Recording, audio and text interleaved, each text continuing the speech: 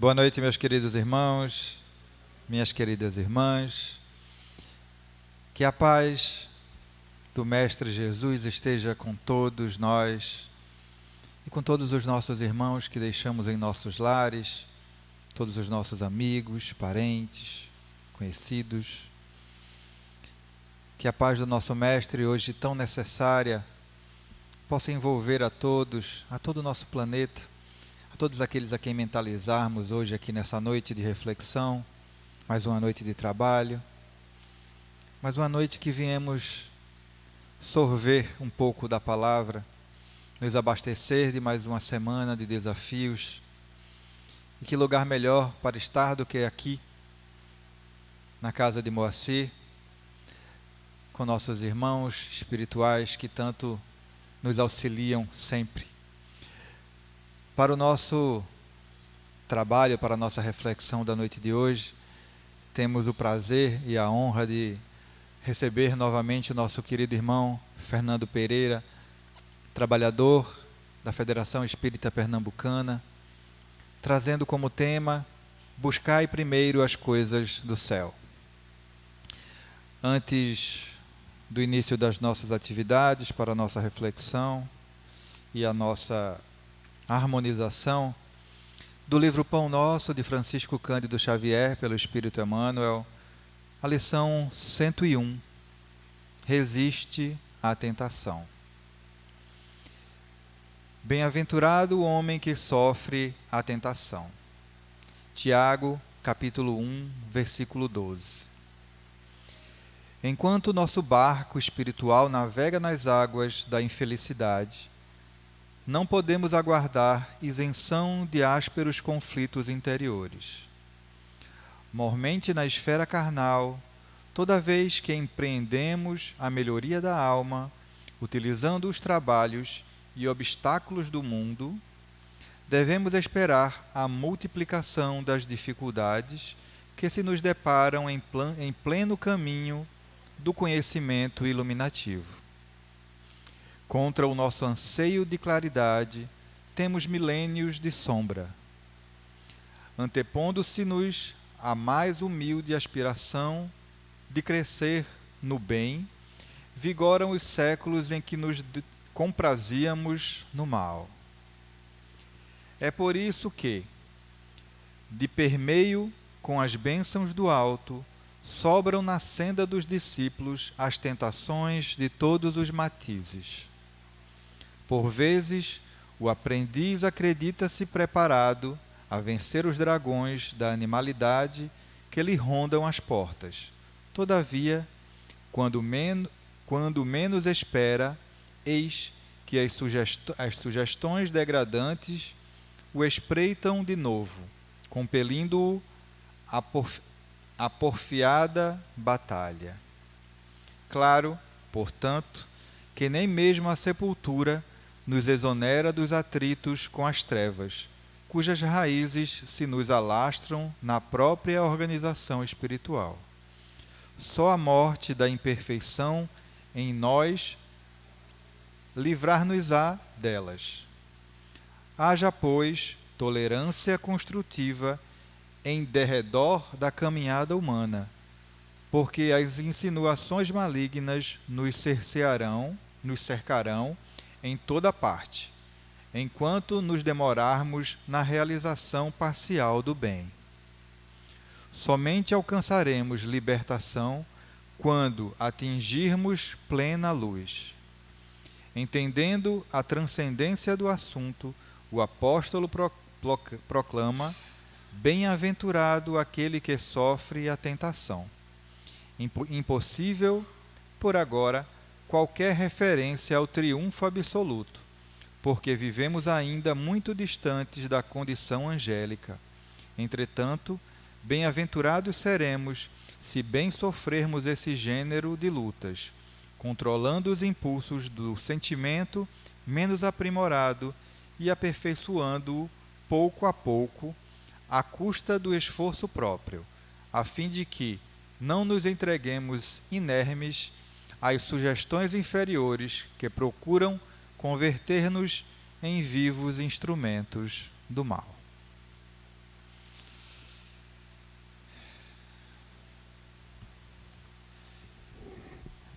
Para iniciarmos as nossas atividades da noite, vamos à nossa prece. É a hora de mentalizarmos, nos harmonizarmos com o alto, para receber o que será ministrado hoje. Roguemos. Querido Mestre Jesus, querido irmão e mentor Moacir, gratos estamos por mais uma vez abrires as portas de tua casa para nós, para que mais uma vez, pedintes que somos aqui, podermos sorver um pouco da fonte viva do Evangelho, debulhada à luz da doutrina espírita.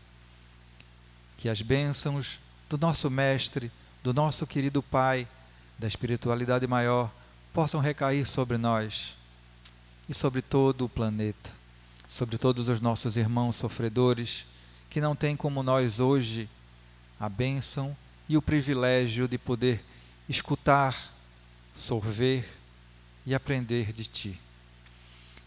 Que o bom Pai nos abençoe, que a espiritualidade amiga possa inspirar e auxiliar o nosso irmão Fernando, que fará uso da palavra, para que hoje possamos alcançar o máximo de corações necessitados.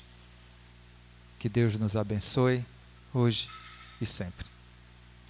Que assim seja. Damos assim, meus irmãos, por iniciadas as tarefas da noite de hoje, com a permissão dos nossos irmãos e da espiritualidade maior. Querido irmão Fernando, pode ficar à vontade. E sejamos todos em paz, com saúde e felizes. Mais uma vez, na casa de Moacir, para a gente estudar o Evangelho. A gente diz sempre que a doutrina espírita, ela tem uma característica toda especial. Ela não é a mera doutrina de crença, ela é uma doutrina de estudo, porque somente o estudo é capaz de transformar o indivíduo. Somente o estudo é capaz de fazer com que eu modifique a minha percepção, eu conheça a mim mesmo e assim faça o bem àqueles que estão em meu derredor. Estudo. E estudar não significa ler. Estudar significa compreender o ensinamento e aplicá-lo. É a aplicação, ou seja, é a prática que leva o indivíduo à perfeição. E a lição de hoje, que está lá em Mateus 6,33, também repetido por Lucas, e que está no Evangelho segundo o Espiritismo, no capítulo 25, que é uma lição que a gente deve ler quando sair daqui, em casa, fazer as nossas próprias reflexões, que é extremamente importante, porque cada um de nós, indistintamente, compreenderá uma passagem do Evangelho segundo a nossa própria vivência. Mas foi Jesus que ensinou, ele não ensinou igual para todo mundo? Olha como o mestre ensinava. Ele falava de agricultura para os agricultores, falava de peixe para os pescadores, falava de impostos para os coletores de impostos. Ele falava de acordo com a linguagem do povo que estava ali a absorver o conhecimento. E hoje permanece da mesma forma. Cada um de nós temos as nossas experimentações, as nossas vivências. Aquilo que é importante, que a gente deve potencializar, aquilo que não é importante, mas que a gente deve aproveitar. Dizia um sábio oriental que nós devemos prestar atenção a todas as coisas, inclusive aquelas que nós dissemos que não merece a nossa atenção, porque a gente não sabe quando vai utilizar-se do conhecimento ou da memória que fica armazenada em nosso espírito. Então, quando o mestre fala, ele fala de acordo com o entendimento que nós temos sobre as coisas que estão dentro da gente. Não dá para compreender os ensinamentos de Jesus com as coisas que estão do lado de fora. Por exemplo, nós temos aproximadamente aí 2000 anos de escritos do Evangelho e as palavras continuam as mesmas. As palavras continuam as mesmas. O Evangelho está lá na Bíblia. O Evangelho está aqui num dos livros de Kardec. Mas somente aquele que conseguiu estudar, conseguiu introspectar-se, falar consigo mesmo e compreender que aquela lição pode ser posta à disposição, é que vai se modificar, é que vai se transformar.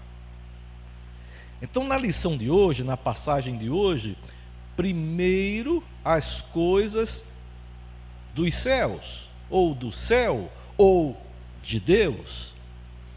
Alguns evangelistas utilizavam o termo céu porque achavam que não deviam pronunciar o nome de Deus. Que na verdade, Deus para a gente não é um nome próprio.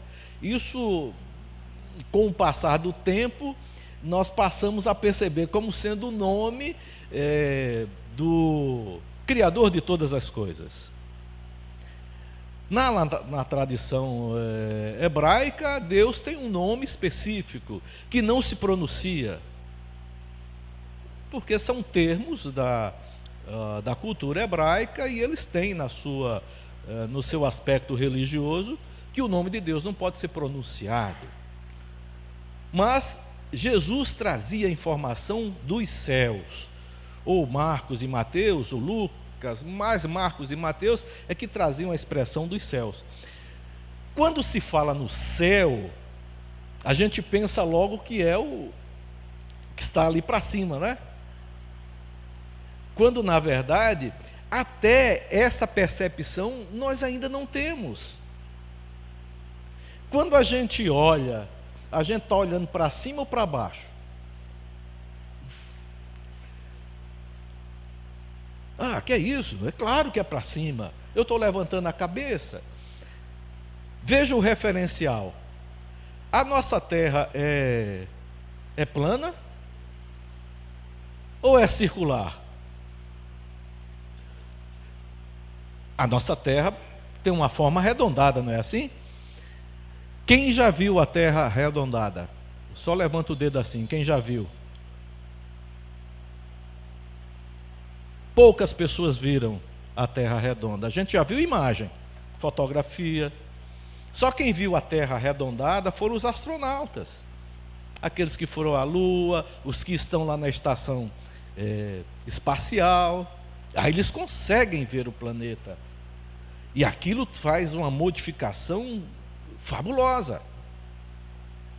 Porque nesse momento agora, nós estamos sob o efeito da gravidade, aqui sentados na casa de Moacir, simplesmente nos deslocando a 117.500 quilômetros por hora, no movimento de translação do nosso planeta. A gente não se apercebe disso. E na sua forma circular, nós estamos na parte de cima ou na parte de baixo? Entendem o processo, como às vezes é complicado a gente pensar além da rotina, do costume que nós estamos praticando no nosso dia a dia? Olha como Jesus entendia o céu. Nós estamos aqui entre essas 4 paredes. E Jesus diz: o reino de Deus está dentro de vós. Não é assim? Se ele está dentro de mim, também está fora de mim. O que é que expressaria melhor essa coisa do dentro e de fora? O universo, na concepção de todas as culturas, é de expansão e de contração. Expandir e contrair. Todos os seres fazem isso. Nós fazemos isso, não fazemos? Nós nos expandimos e nos contraímos. Quando é que a gente faz a expansão e a contração? Quando a gente respira. A respiração, a expansão e contração. Quando o ar entra, nós nos expandimos. Quando o ar sai, nós nos contraímos. O céu é a porção que a gente não percebe, mas que está dentro de todos nós. Eu não posso dizer aqui, Demóstenes, essa molécula de dióxido de carbono que está entrando agora lá no teu pulmão, fui eu que mandei.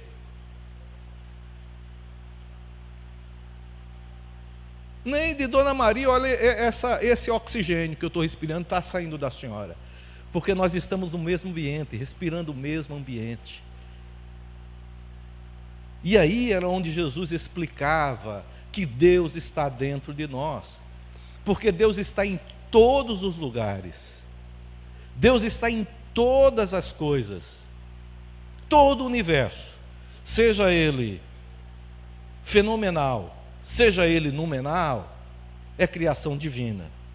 Fenomenal, esse mundo que nós vivemos um mundo do fenômeno.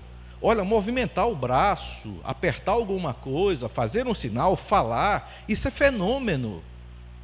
Nós estamos movimentando matéria. Isso é fenômeno, mundo fenomenal. Os corpos físicos, a matéria amorfa, a matéria com forma, está no mundo do fenômeno. Os espíritos estão no mundo numenal, extramaterial. E nós precisamos aprender a pensar com esse raciocínio do mestre, para a gente não viver somente de crença, embora a crença seja necessária para a gente começar a introduzir uma ideia interna que nos leve a uma reflexão profunda. Crer em Deus. Mas que Deus eu devo crer? Observe que por um fenômeno cultural, eu sempre digo assim, meu Deus. Não é verdade? Como se eu tivesse propriedade dessa estrutura magnífica que existe em tudo e sobreexiste a tudo. Porque é assim que eu penso. É uma crença íntima. Meu Deus me ajude. Meu Deus ajude ele. E da mesma forma outra pessoa, meu Deus me ajude. E esse modelo de crença, a gente precisa ir aos poucos trabalhando para que essa crença se torne uma certeza. Eu preciso ter certeza que Deus existe. E essa certeza, ela não pode estar centrada somente na razão, nem só no sentimento. Tem que ser nesses dois polos que levam o espírito à perfeição, à evolução. Tem que ser nessas duas colunas, nessas duas bases, tanto a razão quanto o coração.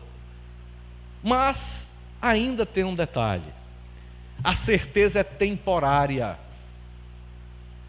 A certeza de ontem não é a certeza de hoje, e nem será a de amanhã. Eu preciso transformar a crença na certeza e a certeza na verdade. Porque somente a verdade é atemporal. Somente a verdade persiste no passado, no presente e no futuro. Eu preciso ir aos poucos criando essa sintonia íntima, sair da mesmice, sair da rotina, para que a lição do mestre faça sentido. Porque quando ele escreve, Mateus escreve sobre isso, diz Jesus aos seguidores ali, ou nos diz até então, olha, os pássaros não têm plantação, não conheço, você já ouviu falar se tem pombo, galinha, peru, corvo, com uma fazenda de milho, plantando as sementes e tal? Não tem.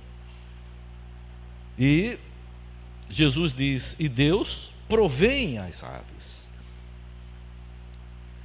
Quem é que cultiva o lírio lá no pântano? As flores que estão nas florestas, nos lugares mais insalubres. Quem é que dá aquela coloração, o perfume? Quem faz isso? Nenhuma roupa, nenhuma veste é tão perfeita quanto a coloração de uma flor. E Jesus dá o exemplo do lírio. E é um lírio que não é um lírio só branquinho, não. Porque naquela época, a roupa das principais autoridades, os mais ricos, tinham que vestir púrpura, a violeta, a cor violeta, o roxo. E os lírios que têm essa coloração são os mais belos.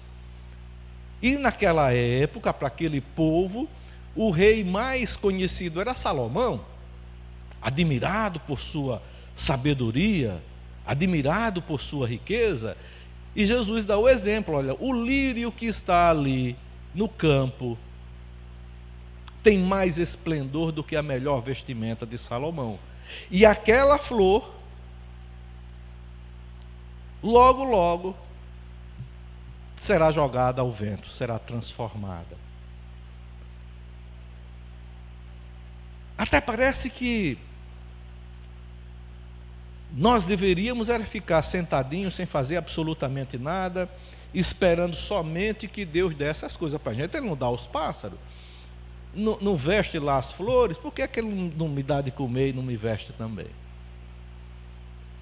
Porque no processo, gente, de evolução, da criação da divindade, do mineral ao animal, as coisas acontecem de formas automáticas. Existe uma espécie de software, de programação para os minerais. Um mineral não se transforma no outro mineral. Nas aulas de ciência, se a gente quiser ver um cristal de sal, por exemplo, cloreto de sódio, a gente pega o sal, ferve a água, deixa a água evaporar e logo depois o cristal de cloreto de sódio se forma. Se eu quiser saber como é uma molécula de sacarose, eu pego o açúcar, fervo o açúcar na água, deixo a água secar e depois vai aparecer a molécula de sacarose. E assim com todos os outros minerais, eles mantêm a sua forma, porque automaticamente o chumbo tem aquela forma, o ouro tem aquilo, a prata, o enxofre, cada um tem sua forma automatizada. Do mesmo jeito os vegetais. Já pensaste tirar um coco de um pé de mamão? A natureza não produz essas deformações, porque existe um automatismo. O gato come comida de gato, o cachorro come comida de cachorro. Embora hoje, por conta da culinária, né, o cachorro queira comer mais comida de gato do que do próprio dele. O gato é mais sofisticado na alimentação. Mas eles mantêm a mesma forma. Somente quando nós atingimos esse movimento em que nós nos encontramos, o reino nominal, é que as coisas são diferentes. Nós temos um automatismo orgânico. Nós temos um automatismo orgânico. Se nós soubéssemos utilizar este automatismo orgânico, que se chama homeostase, o nosso organismo é harmonioso. Se o nosso coração acelera, haverá uma contraordem para ele desacelerar automaticamente. O grande problema somos nós que habitamos o corpo e, por não saber quem somos, utilizamos-nos das mais diversas situações para quebrar a homeostase. E aí aparecem as diversas doenças. E aí Jesus vem ensinando, primeiro, as coisas dos céus, do céu. Primeiro, as coisas de Deus, que provém a natureza como um todo. Aí eu começo a dizer assim, mas como assim? Se eu não trabalhar, amanhã eu não como. Se eu não trabalhar, amanhã eu não visto. Se eu não trabalhar, não vou como pagar o aluguel da casa, ou comprar uma casa, ou fazer isso, ou fazer aquilo. E o que o mestre quer dizer exatamente é que não é impeditivo a crença na divindade para exercermos a nossa vida social. O que ele chama a atenção é exatamente ao contrário. Prestem atenção como nasceram e prestem atenção quando vão desencarnar, ou como vão desencarnar. Quando a gente nasce, traz o quê? O que é que nós trazemos quando a gente nasce? O que é que a gente vai levar quando a gente desencarnar? Se a gente colocar isso no processo, e isso não é escatológico, tá? Isso não é para trazer coisa ruim, não. Embora as salas de os terapeutas por aí esteja cheio de... doutor, não quero morrer não. A coisa que eu tenho mais medo no mundo é da morte. Mesmo entre os espíritas. Às vezes tem irmãos e irmãs espiritistas que chegam e dizem assim, olha, sonhei uma coisa tão ruim ontem. Foi? Ruim? Foi. O que foi que sonhou? Sonhei que fulano ia morrer. Oi. E morrer é ruim? E morrer é ruim? É da natureza, gente. É algo natural. Eu tenho que colocar em mim mesmo essa certeza, não, essa verdade de que espírito não morre. Espírito tem origem, nascimento. Todos nós nascemos simples e ignorantes, mas não morremos.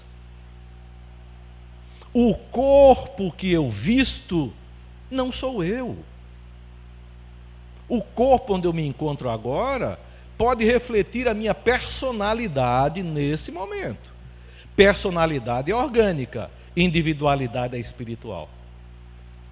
Aí eu vou perguntar para vocês aqui, quem é daqui que sabe o nome que tinha antes de nascer?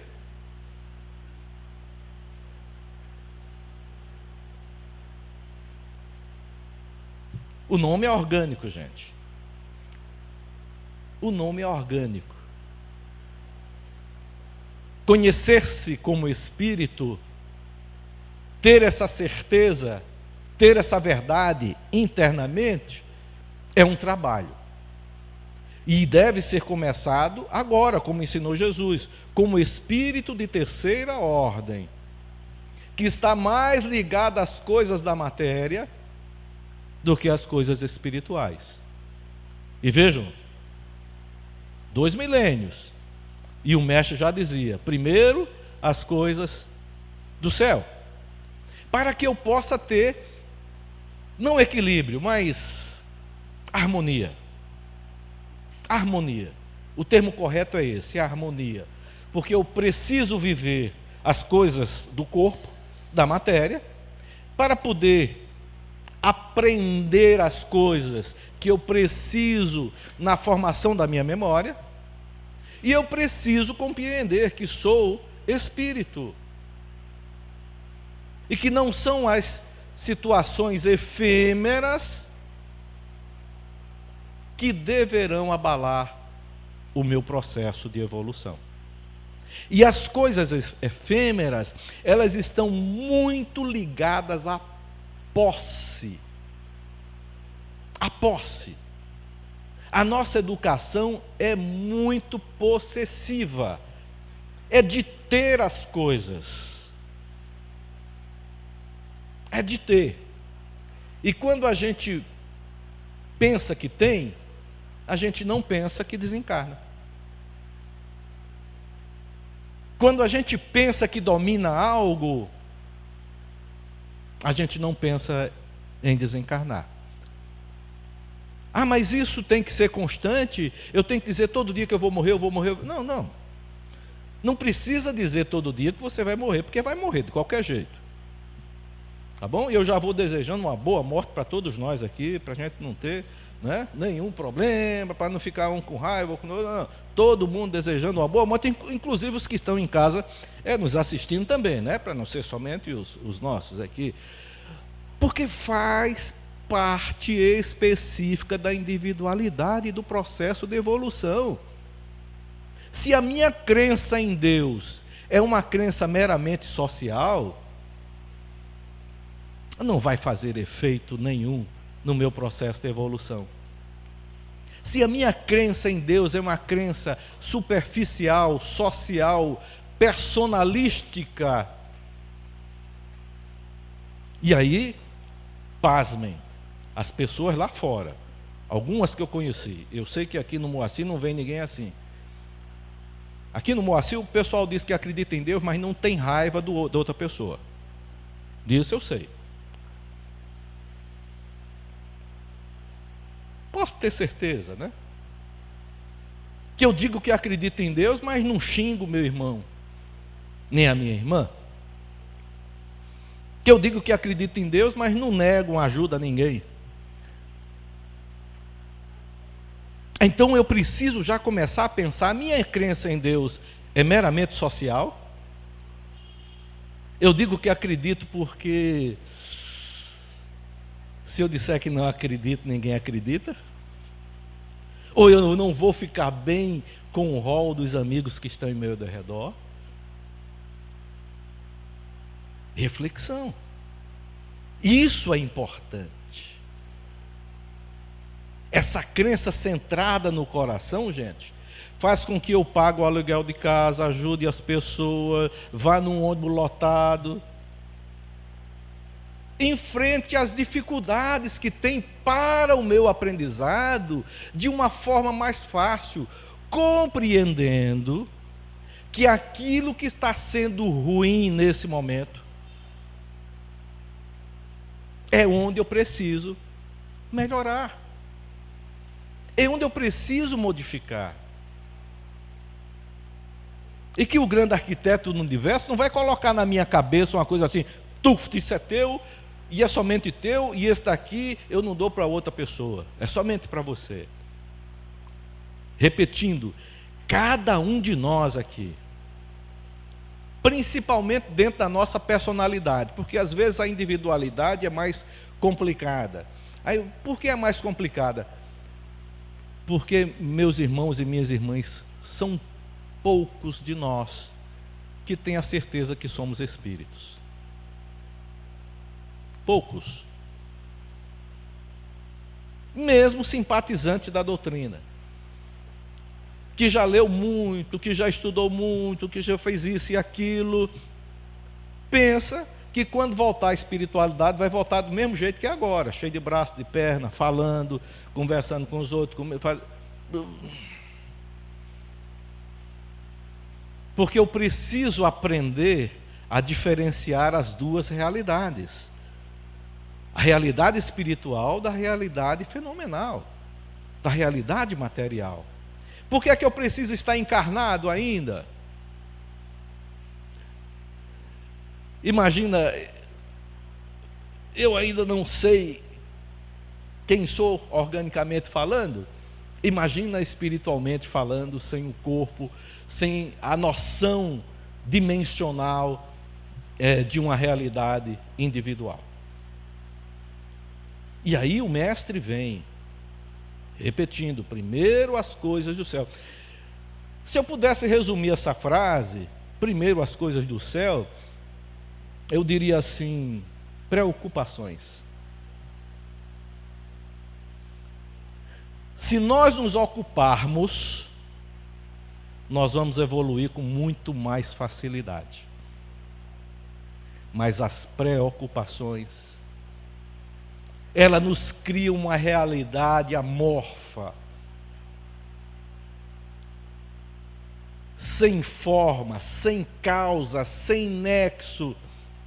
E no máximo, a gente vai dizer, as minhas preocupações é a minha família, as minhas preocupações são as pessoas que não me entendem, as minhas preocupações estão fora e não na minha cabeça.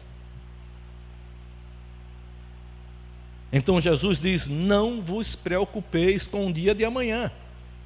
E eu gostava de ouvir os ensinamentos às vezes de meu pai. Ele dizia assim, meu filho, olha, só existem 2 tipos de pessoa no mundo. Os pessimistas e os ansiosos. Pessimista por quê, papai? Pessimista é aquele que diz, olha, ontem era aquele dia bom. No meu tempo era desse jeito. Assim era que se vivia. E o ansioso, pai, é aquele que diz, meu Deus, que amanhã seja melhor do que hoje.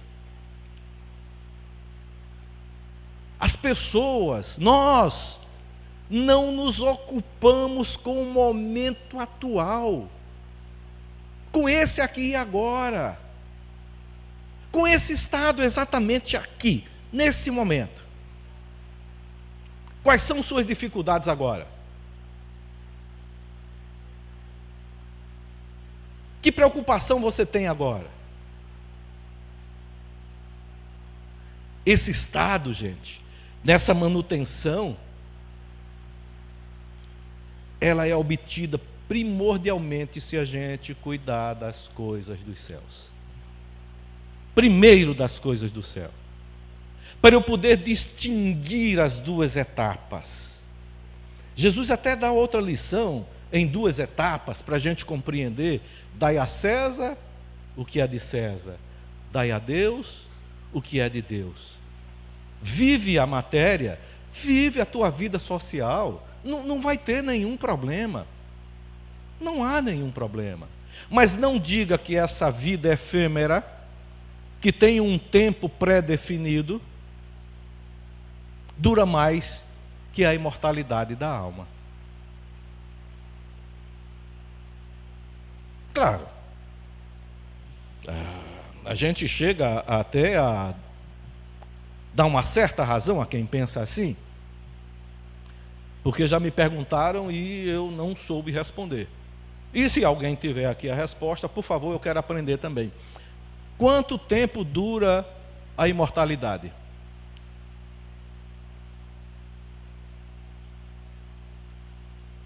Eu também fiquei assim, não consegui. Também até pensei em meia imortalidade, para dizer que meia imortalidade mais meia imortalidade dá imortalidade inteira. Mas nós somos acostumados a trabalhar com arquivo de memória e achamos que um ano, não um ano, achamos ainda na nossa maneira rudimentar de pensar que amanhã vai ser um novo dia. Não é assim? Todos os nossos problemas não vão acabar amanhã? Não é verdade? A gente pensa que dormiu, acordou é outro dia. Quando a consciência do outro dia, a consciência do amanhã, não está relacionado com o movimento de rotação, nem de translação da Terra. O amanhã é a mudança interna do indivíduo. É a mudança que você tem na concepção das coisas que acontecem em seu derredor e que estão dentro de você. E essa conexão está continuamente em trabalho evolutivo. Porque o processo de aprender,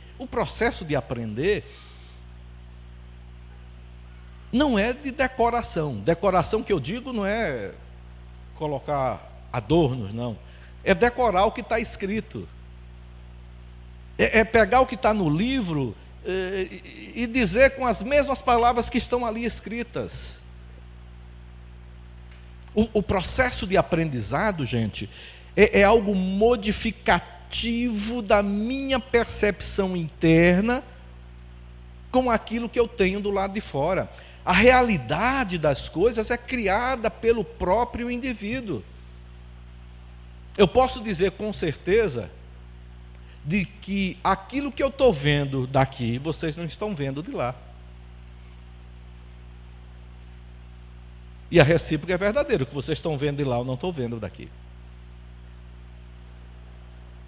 Mas estamos no mesmo nível de realidade. Cada um criando a sua experimentação.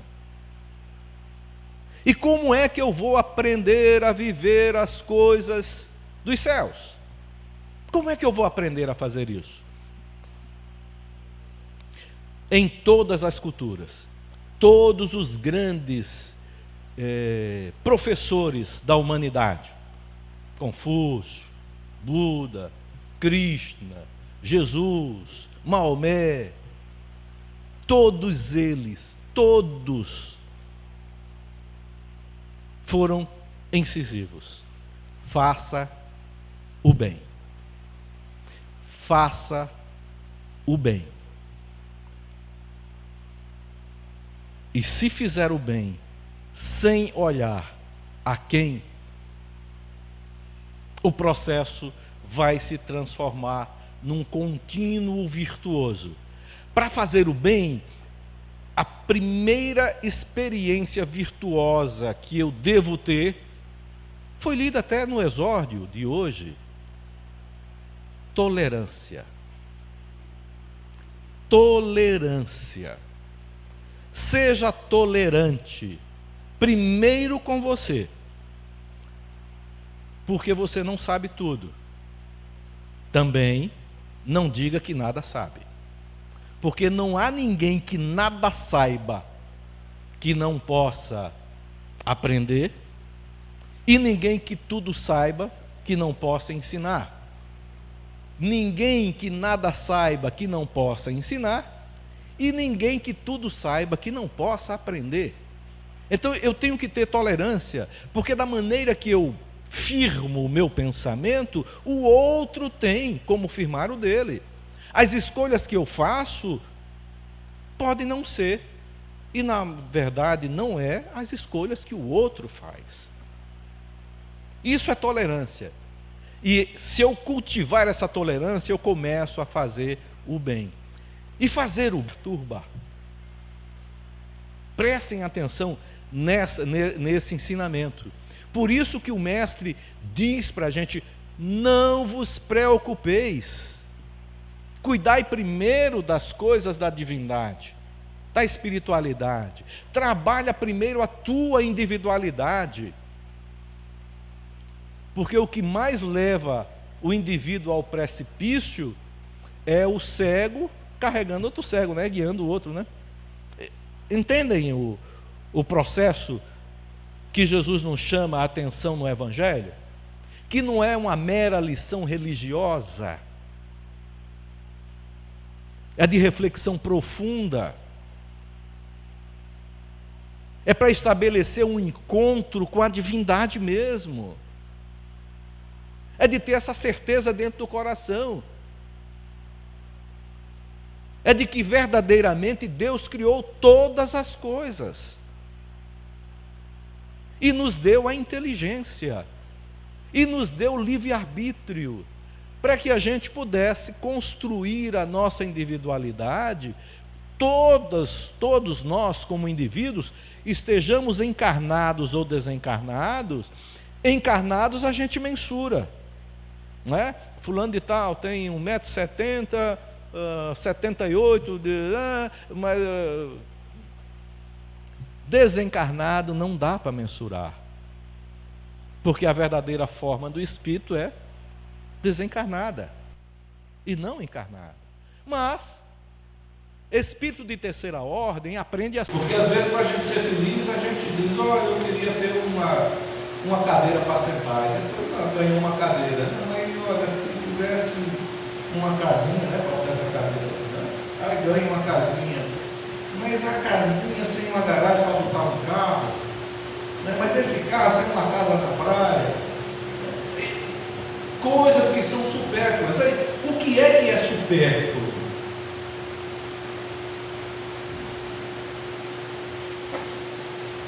Eu não sei por aqui, mas lá em Goiânia, por ali, quando o pessoal morre, desencarna, não leva nada. Não vi ninguém levando carro, nada. Isso tem que estar na minha... Mas por que tem que estar na minha cabeça? Diz o Bhagavad Gita que nós precisamos trabalhar o desapego. Nós não podemos trabalhar achando que algo é nosso, que é meu. Nosso é quando a gente vive, mas que é meu. Isso aqui é meu. Porque quando a gente tem algo que a gente diz que é meu, aí começam os problemas. É onde vem toda a dor. Toda a dor. O que eu tenho que fazer? Eu tenho que aprender a praticar o desapego. E aí é onde vem a lição. Desapegar significa nada desejar e nada rejeitar. Porque não tem problema que eu tenha uma torre de 500 andares, 5.000 apartamentos, ou um lugar para perambular por aí. Eu tenho que ter na minha mente de que eu retorno à pátria espiritual. E não vou levar nada disso. E aí as preocupações, meus irmãos e minhas irmãs, desaparecem. Somem. Desaparecem. E não nos impede de praticarmos mais à vontade, com mais vontade, com mais solidez, a prática do bem, da tolerância à fraternidade. Vejam, a crença em Deus me leva a ser fraterno. Fraternidade é aquele que pratica o bem sem limitações, reconhecendo que todos os seres foram criados por Deus.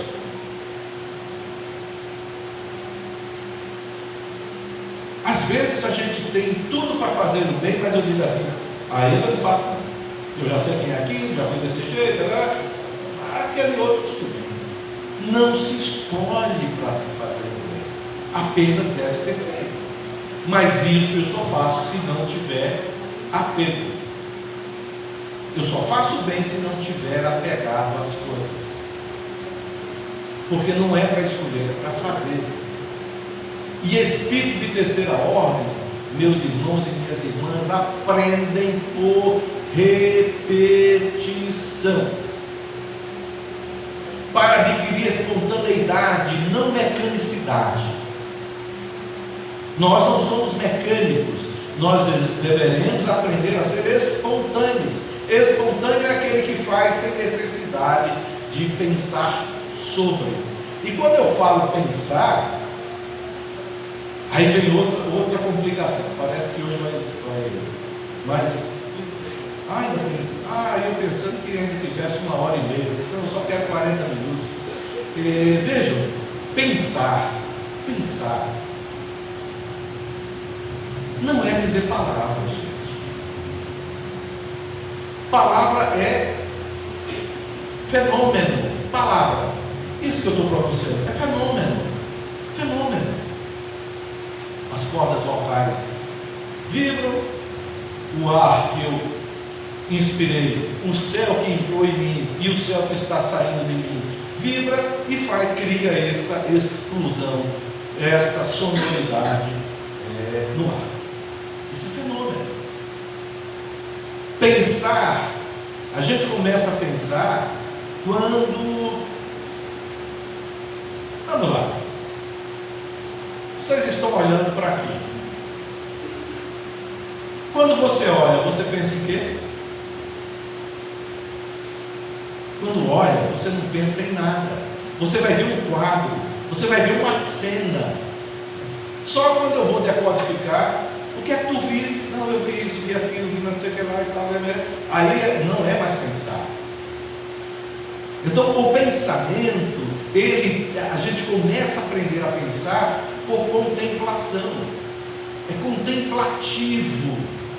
Tá? Ele tem que sair do estado social, personal, linguístico e passar para o estado psíquico, onde o campo mental, o lugar onde ficam as nossas ideias,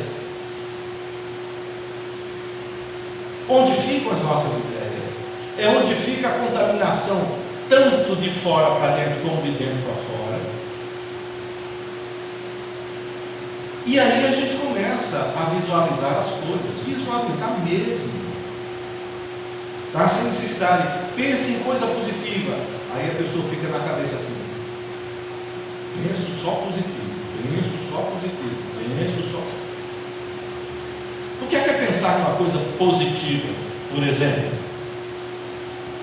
tem alguma ocasião, aconteceu alguma coisa na sua vida que é bom, que toda vez que você traz para a lembrança te faz bem, que toda vez que você fica bem, as pessoas que estão em seu derredor sentem: poxa, como você está diferente, que coisa, o que é que está acontecendo? Isso é pensar positivo. É com esse modelo vibracional que a gente deve fazer nossas orações. Porque na maioria das vezes, embora a gente já tenha lido que Deus é onipresente, que quer dizer o quê? Onipresente quer dizer que está em todos os lugares, né? Todo tempo. Deus é onisciente. O que quer dizer onisciente? Que tem conhecimento de tudo, todas as coisas. Que Deus é onipotente, que consegue tudo. Mas como é que se dá as nossas orações? Já perceberam que na maioria das vezes as nossas orações é dizendo a Deus o que Deus tem que fazer? Já perceberam ou não? Senhor, ajuda fulano. Senhor, não está vendo esse vizinho não tem um lugarzinho para ir aí não. As nossas orações são mais voltadas para isso, com o nosso desconhecimento que Jesus nos fala a atenção. Aprenda a conviver com a divindade.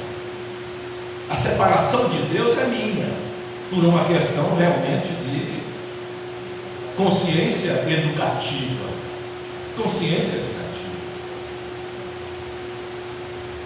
Porque Deus não pune, Deus até castiga. Mas punir e castigar não é a mesma coisa? São diferentes, é linguagem diferente, tá? Punir é fazer mal, tá? Machucar, mas castigar é tornar casto, tornar limpo e puro. É uma questão gramatical, mas que a gente às vezes desconhece. Então, quando Deus castiga, Deus purifica, dá uma nova chance, dá uma nova maneira da pessoa começar a limpar tudo aquilo que não prestava, todas aquelas vibrações que são ruins. E nós vemos isso muito nas experimentações, principalmente na área de saúde, quando a gente estuda o indivíduo paranormal, de pessoas que estavam com doenças terminais, uma metástase fora do comum, num dia e no outro não tem mais. As células se transformaram. Isso acontece porque o indivíduo aprendeu a se limpar. E nós temos no nosso organismo, e aí onde vem nosso corpo, todos os elementos necessários para a gente ou ser doente demais ou saudável. Nós é que criamos com essa preocupação que não deveria existir. Às vezes a gente está tomando café e já pergunta: vamos jantar o quê? Mas calma, tenha absolutamente calma, faça as coisas uma de cada vez, no seu momento exato. Olha, no almoço, rapaz, tu assistiu aquele programa lá na televisão, jornal, eu estava almoçando, estava vendo aquilo. Sim, faze do teu alimento o teu remédio. Então, na hora que você estiver fazendo suas refeições, faça as refeições, alimente-se cuidadosamente. Essa história de criar várias variáveis enquanto você está fazendo uma coisa não é saudável, nem para mim e nem para as pessoas que estão em meu redor. O universo tecnológico vai acontecer. E porque o universo tecnológico acontece, eu não preciso me transformar numa máquina. A tecnologia vem, gente, para a gente adquirir condição de espiritualidade cada vez melhor e mais facilitada. Observa, por exemplo, tem a máquina de lavar, a máquina de passar, o processador de alimento, o fogão automático. Mas enquanto está se fazendo aquilo ali, em vez de eu estar cuidando do meu conhecimento interior, interno, fazendo minhas reflexões, analisando como é que está a minha vida, como é que foi a minha existência, o que é que está me perturbando, e as perturbações elas não estão fora, elas estão dentro. Repetindo um sábio do passado, é impossível você pensar naquilo que você não conhece. Então tudo aquilo que eu olhar para fora e dizer que não presta, está dentro de mim. Senão eu não teria. Da outra vez eu perguntei a vocês, e tem algumas pessoas que não estavam na última palestra: quem é que sabe o que é drosófila melanogasta? Drosófila melanogasta. Pensa em quê? Não pensa nada, né? Por que não pensa nada? Porque não sabe o que é que é. E se eu disser assim: quanto é que uma pessoa é chata? Todo mundo sabe dizer, sabe? Porque o chato não está fora, está dentro. Porque eu sei como é. Esse conhecimento está dentro de mim. Porque se não estiver dentro de mim, não me perturba. Prestem atenção nesse ensinamento. Por isso que o mestre diz para a gente: não vos preocupeis. Cuidai primeiro das coisas da divindade, da espiritualidade. Trabalha primeiro a tua individualidade. Porque o que mais leva o indivíduo ao precipício é o cego carregando outro cego, né? Diante do outro, né? Entendem o processo que Jesus nos chama a atenção no Evangelho? Que não é uma mera lição religiosa, é de reflexão profunda, é para estabelecer um encontro com a divindade mesmo, é de ter essa certeza dentro do coração,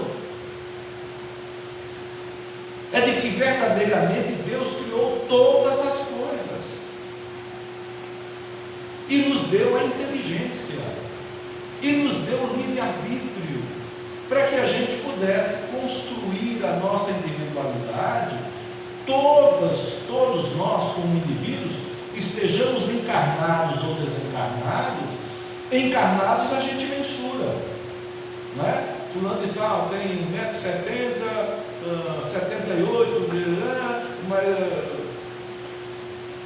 desencarnado não dá para mensurar, porque a verdadeira forma do espírito é desencarnada e não encarnada.